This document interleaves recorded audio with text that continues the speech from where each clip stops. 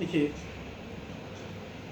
जो अ, रूस और यूक्रेन के बीच में जो कॉन्फ्लिक्ट चल रहा है और वो इस हद तक पहुंच गया कि यूक्रेन की राजधानी भी अब सुरक्षित नहीं है।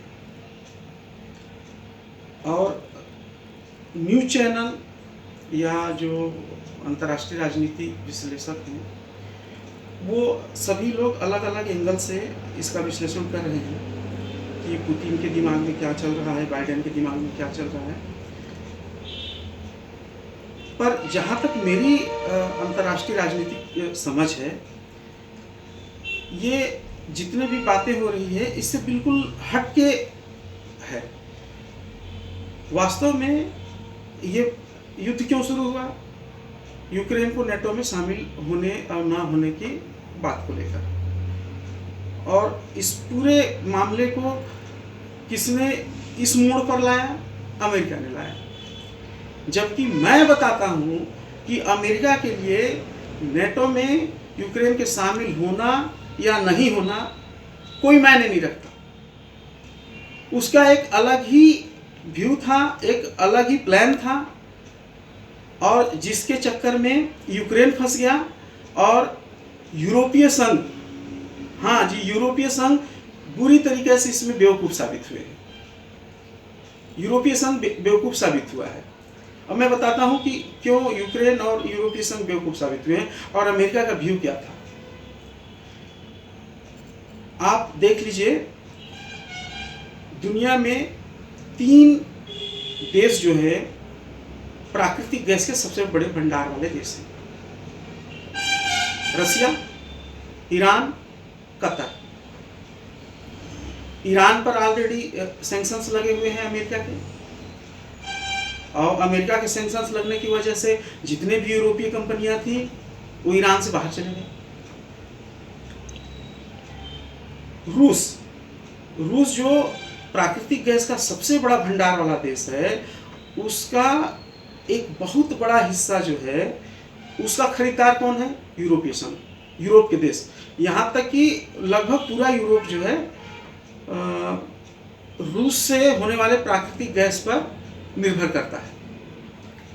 और उसमें भी कि एक एग्रीमेंट के तहत, जो पुराना एग्रीमेंट था उसके तहत, जो यूरोपीय संघ को जो तेल गैस जो रसिया सप्लाई करता है और जो आज के वर्तमान जो प्राकृतिक गैस की कीमत है उससे लगभग आधी कीमत पर करता है।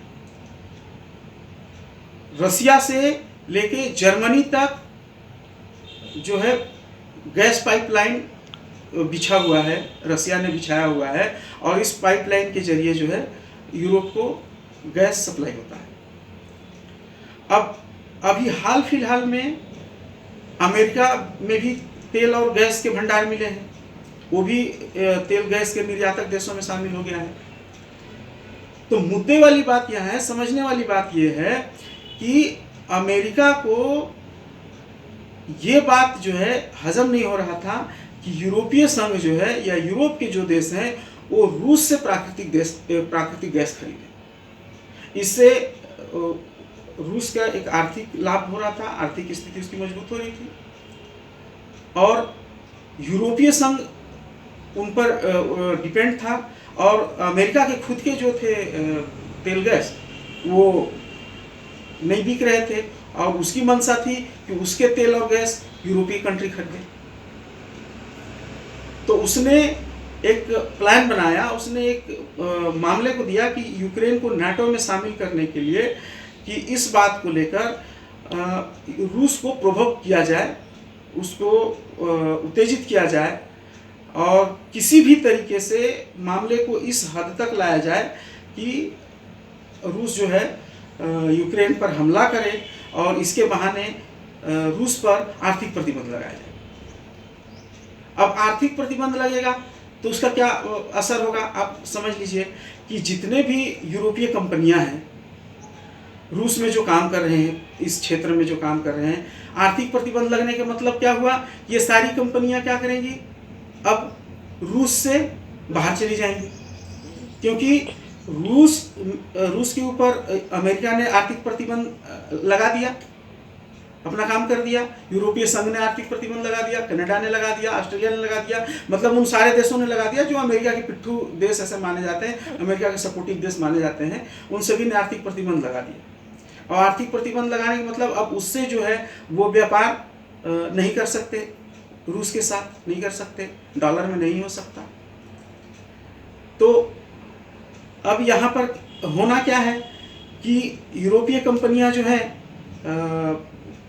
रूस से बाहर जाएंगी, और रूस से जब बाहर जाएंगी तो दूसरा देश कौन बचता है? ईरान, जिस पर ऑलरेडी पहले से आर्थिक प्रतिबंध लगे हुए हैं, जिसे वो कंपनियां डोनाल्ड ट्रंप के समय जब उसने बराक ओबामा के साथ जो एक एग्रीमेंट हुआ था 6 देशों का, 5 देशों प्लस ईरान का, उसको फिर से उस आर्थिक प्रतिबंध को दोबारा लगाते हुए जो ऐलान कर दिया, तो आर्थिक प्रतिबंध लगे हुए हैं और उसके साथ कोई भी देश व्यापार कर नहीं पा रहा है। ये अलग बात है कि ईरान जो है एक ऐसा कैपेबल देश है कि वो अमेरिका के आर्थिक प्रतिबंधों को पिछले 40 साल से झेलते हुए आ रहा है, और वो उन रास्तों को पहचान लिया है कि मेरे को किस तरीके से इन प्रतिबंधों से बचना है।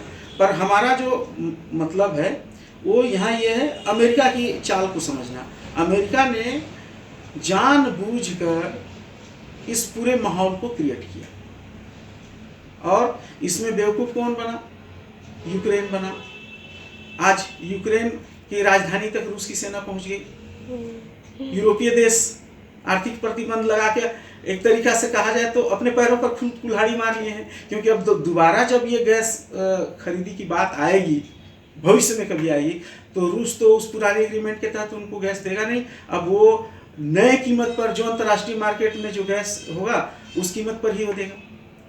हाँ, अभी भले आर्थिक प्रतिबंध लग जाए, और आर्थिक प्रतिबंध लगने से भी रूस पर बहुत ज़्यादा कोई फायदे नहीं होने वाले हैं, क्योंकि आप लोग देख रहे होंगे कि दुनिया का जो पावर बैलेंस है एक अलग शिफ्ट हो रहा है, जिसमें एंटी अमेरिकी कंट्री जो हैं, चाहे वो रूस हो, अमेरिका हो, ईरान हो, चाइना हो, वेनेजुएला हो, ये अपने मुद्रा में व्यापार करने की ओर बढ़ रहे हैं। और रूस से गैस खरीदना तो यूरोपीय संघ की मजबूरी है। भले अभी आर्थिक प्रतिबंध लगने की वजह से वो कंपनियां बाहर चली जाएंगी, और रूस नहीं बल्कि यूरोपीय कंपनियों को इसमें अरबों डॉलर का नुकसान होने वाला है। और उनके पास अब विकल्प क्या बच गया? उनके पास सिर्फ विकल्प बच गया कि वो अमेरिका से गैस खरीदें। तो यहाँ पर, और दूसरी तरफ रूस की जहाँ तक बात हुई, जब सोवियत संघ था, सोवियत संघ से जितने भी टूट के जो देश बने, रूस से टूट के जो देश बने, उनको रूस ने साफ साफ ये मैसेज दे दिया इस युद्ध से कि अगर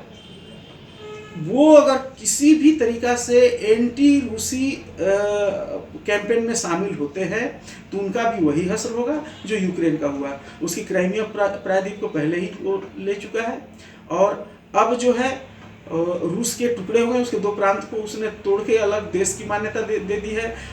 और मज़े की बात आप देखिए कि जो अमेरिका और यूरोपीय संघ अभी तक कहते आ रहे थे कि अगर उसने हमला किया तो हम ये करेंगे, वो करेंगे, ऐसा करेंगे, वैसा करेंगे, वो उस युद्ध क्षेत्र के बाहर, बाउंड्री से बाहर खड़े होकर जो है ये सारी बातें कर रहे हैं। किसी में हिम्मत नहीं हो रहा है कि रूस के सामने आए और यूक्रेन का सपोर्ट करें।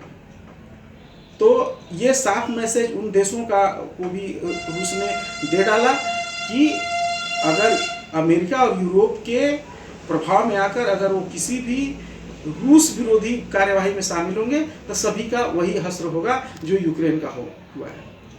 तो इस तरीके से अमेरिका ने अपने मकसद को साध लिया, क्योंकि आप जानते हैं अमेरिका की पूरी जो विदेश नीति है वो 2 चीज़ों पर डिपेंड करता है। एक उसके अपने फायदे के लिए तेल गैस है, और दूसरे उसके हथियार बिकते रहे। दुनिया में जितने भी युद्ध होंगे, जितना युद्ध होगा, उसका जो वेपन इंडस्ट्रीज है उसका मांग बढ़ेगा, उसकी बिक्री बढ़ेगी। तो वो हमेशा ये चाहता है कि दुनिया के देशों में कहीं ना कहीं युद्ध चलते रहे और उसके हथियार बिकते रहे। तो अमेरिका के एक अलग ही एंगल था भले आज अभी जो न्यूज चैनल हैं या जो अंतर्राष्ट्रीय विश्लेषक हैं वो अलग अलग एंगल से दिखा रहे हैं, पर वास्तविकता यही है। और आप अगर ध्यान दिए होंगे तो उसने, अमेरिका ने शुरू में ही कह दिया था कि नॉर्ड स्ट्रीम 2 को हम बढ़ने नहीं देंगे। और नॉर्ड स्ट्रीम 2 क्या है? वास्तव में समुद्र के रास्ते रूस से यूरोप को सप्लाई होने वाली नई गैस पाइपलाइन बिछाने वाली जो योजना है उसको नॉर्ड स्ट्रीम 2 कहते हैं। उस योजना को उसने अपने इस नीति के तहत क्या है, ऑलरेडी अब रोक दिया, क्योंकि कंपनियां अब वहाँ पर इन्वेस्ट करेंगी नहीं। तो वो अपने एंगल में काम कर रहा था, अपने फायदे के लिए काम कर रहा था। वो अपना काम कर लिया। उसने यूक्रेन के आपने देख लिया, यूक्रेन की सहायता के लिए नहीं आया, यूरोपीय संघ सहायता के लिए नहीं आया। तो इसमें पूरी तरीक़ा से रूस और अमेरिका अपने अपने मकसदों में, दोनों के भले डिफरेंट मकसद हैं, अपने अपने मकसदों को उन्होंने साध लिया। और इसमें यूक्रेन और यूरोपीय संघ बिल्कुल बेवकूफ़ साबित हुए।